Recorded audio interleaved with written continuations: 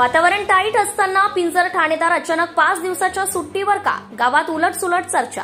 अकोला जिल्ह्यातील पिंजर police station येथे कर्तव्यावर असलेले पोलीस कॉन्स्टेबल कुणाल डोंगरे या नशाखोर पोलिसाविरुद्ध गावकऱ्यांनी एसपी कडे तक्रार दाखल केली।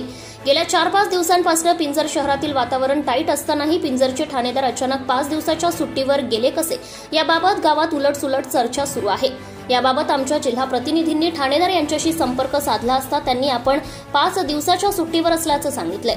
पिंजर पोलीस स्टेशनचे ठाणेदार गंगाधर दराडे यांचे पोलीस ठाण्यातील पोलीस कर्मचारी कर्तव्यावर असताना बिनधास्त नशा आणि गावातील लोकांना धमकावणे, पैसे मागणे, पैसे नाही दिले तर खोटे गुन्हे दाखल करण्याच्या धमक्या देणे, पोलिसांकडून जनतेला संरक्षण मिळण्याऐवजी पोलिसांकडूनच कायदा व सुव्यवस्थेचा भंग केला जातो।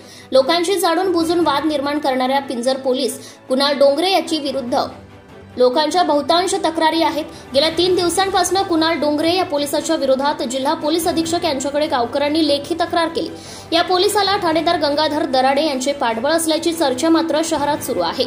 गौणखणीस रात्री वाहतूक होत असताना हे बहादर ठाणेदार या नशाखोर पोलिसाला सरकारी पोलिसाची गाडी देऊन बेकायदेशीर हप्ते वसुली करण्याचं सांगत असल्याची चर्चा गावात सुरू आहे।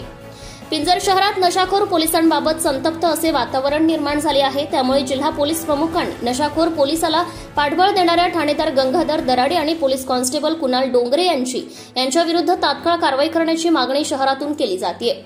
अत्यंत प्रामाणिक आणि शिस्तबद्ध असलेले जिल्हा पोलीस अधीक्षक अर्जित चांडक यावर काय निर्णय देतात हे पाहणं औत्सुक्याचं ठरेल।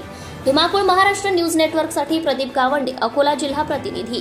आपल्या परिसरातील ताज्या आणि महत्त्वाच्या बातम्या पाहण्यासाठी आजच आपल्या धुमाकूळ महाराष्ट्र न्यूजला YouTube वर सबस्क्राइब करा आणि बेल आयकॉन प्रेस करा।